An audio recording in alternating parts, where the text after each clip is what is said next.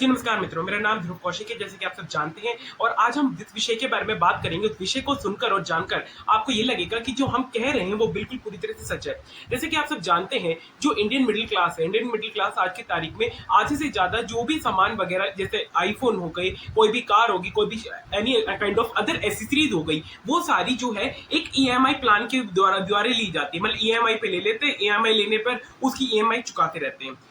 तो इससे क्या फर्क पड़ रहा है? इससे फर्क ये पड़ रहा है कि वो ईएमआई के बोझ तले अपनी पूरी जिंदगी गुजारते जा रहे हैं और उनको इसका बेनिफिट भी बिल्कुल नहीं मिल रहा है। और लोग, एक बात मैं आपसे कहता हूं कि लोग आधे से ज्यादा कंजम्पशन कर रहे हैं। मतलब सीधी बात है कि वो जितनी उनकी बचत होती है उससे ज्यादा वो खर्च कर देते हैं, जिससे वो आर्थिक रूप से जो है पूरी तरह सुदृढ़ नहीं हो पाते। और ये एक बहुत ही बड़ा संगीन विषय है, जिस कारण से हमारा जो भारतीय सिस्टम है वो जो है इस मामले को जो है पूरी बतरफी से ले और इस मामले को जो है फेल हो रहा है। तो अब ऐसी स्थिति में क्या किया जाए और क्या ऐसी योजनाएं अपनाई जाए जिससे जो मिडिल क्लास है वो वापस अपलिफ्ट हो चुके और वापस अपलिफ्ट होकर अपनी जो फैमिली वगैरह है उन सबको जो है संभाल सके।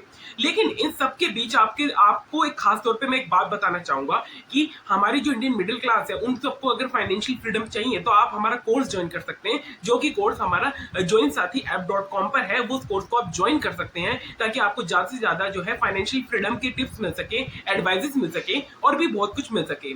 तो अगर अब हम बात करते हैं कि क्या सच में जो मिडिल क्लास है वो आधे से जो वर्स्ट जनरेशन जेंजी, मतलब आधे से ज्यादा लोग ये कहते हैं कि ये जो जनरेशन है जेंजी, ये वर्स्ट जनरेशन है, क्योंकि इनको सिर्फ खर्च करने से मतलब है और बचत से इनको कोई भी मतभेद या कोई भी मतलब है ही नहीं। और ये एक बहुत ही ज्यादा दयनीय विषय भी है, क्योंकि देखिए जो अभी जनसंख्या दर अगर आप देखेंगे तो लगातार घटोती में जा रहा है।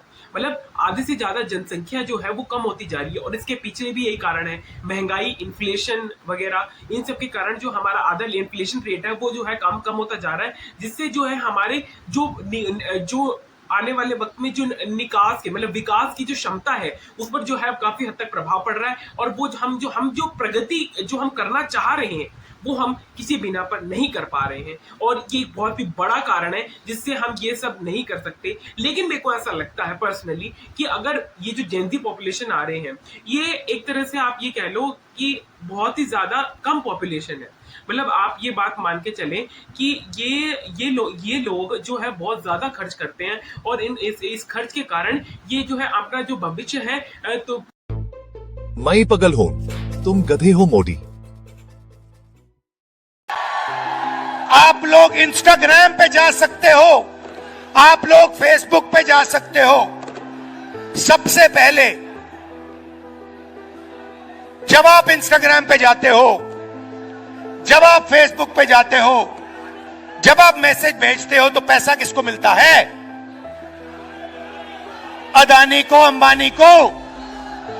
और ये मोदी जो कह रहा है कि हमने कम दाम में दिया, ये पूरा का पूरा फायदा अंबानी। बिहार का ईमानदार युवा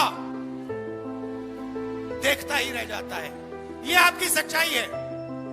अब नीतीश जी कहते हैं कि 20 साल में उन्होंने बिहार को बदल दिया, बिहार में विकास लाया, बिहार में अस्पताल चालू किए, बिहार की यूनिवर्सिटीज, कॉलेजेस चालू की। मेरे सामने बिहार की जनता खड़ी है। मैं आपसे पूछना चाहता हूं, क्या ये सच है? गोलू अपहरण कांड कभी नहीं भूल सकते। जो 20-25 साल की उम्र तक के लोग हैं ना, उनको शायद एक गोलू अपहरण कांड का पता नहीं होगा।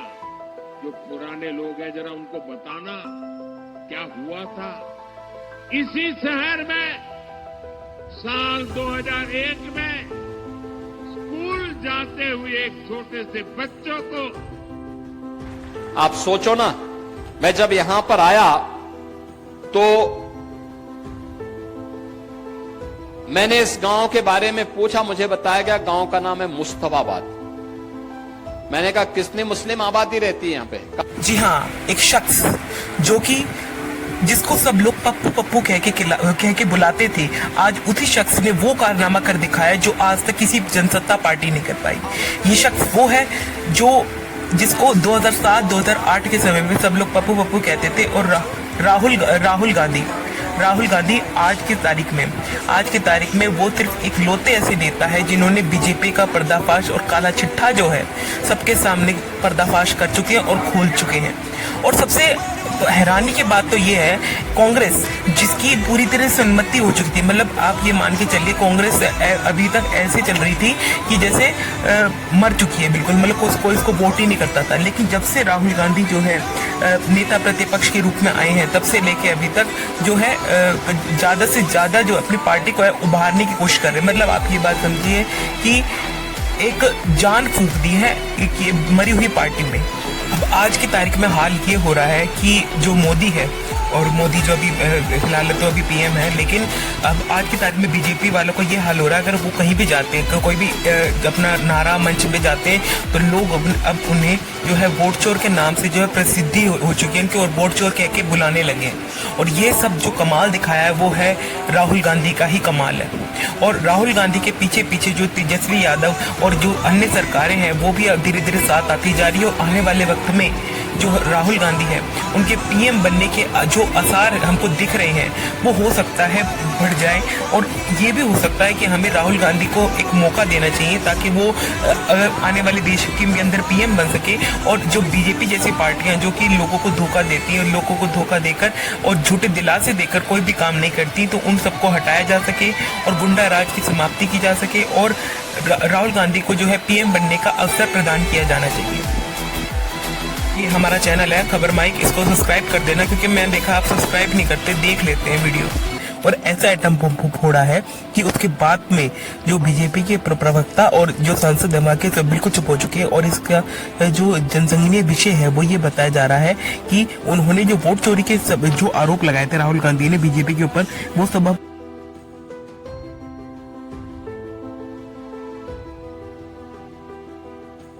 नमस्कार मित्रों, स्वागत है आपके हमारी वीडियो में। और आप जानते हैं कि जो राहुल गांधी है वो हमारे नेता प्रतिपक्ष है, वो उभरते सितारे के रूप में आगे आ रही है। और इसका कारण जो बताया जा रहा है वो ये बताया जा रहा है कि राहुल गांधी ने जब से समस्त आरोप जो वोट चोरी के आरोप है जब से वो बीजेपी पे लगाए हैं, तब से लेके अभी तक सिर्फ बीजेपी की जो छवि है वो खराब हो चुकी है। और 10 साल की जो राजनीतिक करियर पे एक काला धब्बा जो राहुल गांधी ने इनके ऊपर लगाया है, वो समस्त आरोप जो है प्रूफ भी हो रहे हैं। और जब से आप देखिए 2008-10 की बात होगी, तब से लेके अभी तक कांग्रेस का जो शासन काल है वहाँ पे बहुत कम रहा था। लेकिन अब जब से जो राहुल गांधी ने वोट चोरी के आरोप लगाए हैं, तब से कांग्रेस की पार्टी के अंदर एक नई जो है जान फूंक दी गई है। और ये जो जान फूकी है वो राहुल गांधी ने फूकी है। और राहुल गांधी की मेरे को ऐसा लगता है कि देखिए सर, छवि को जो है खराब किया गया था, ताकि वो, क्योंकि बीजेपी वाले जानते थे एक ना एक दिन राहुल गांधी जो है उभरते सितारे के रूप में आगे आएंगे।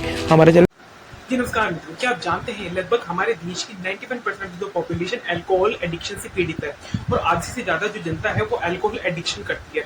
और इस कारण से आधी से ज्यादा जो समाज है हमारा वो अल्कोहल के ड्रग में ले पड़ रहा है, तो आगे अपनी जो जिंदगी है वो पूरी तरह से जी ही नहीं पाता।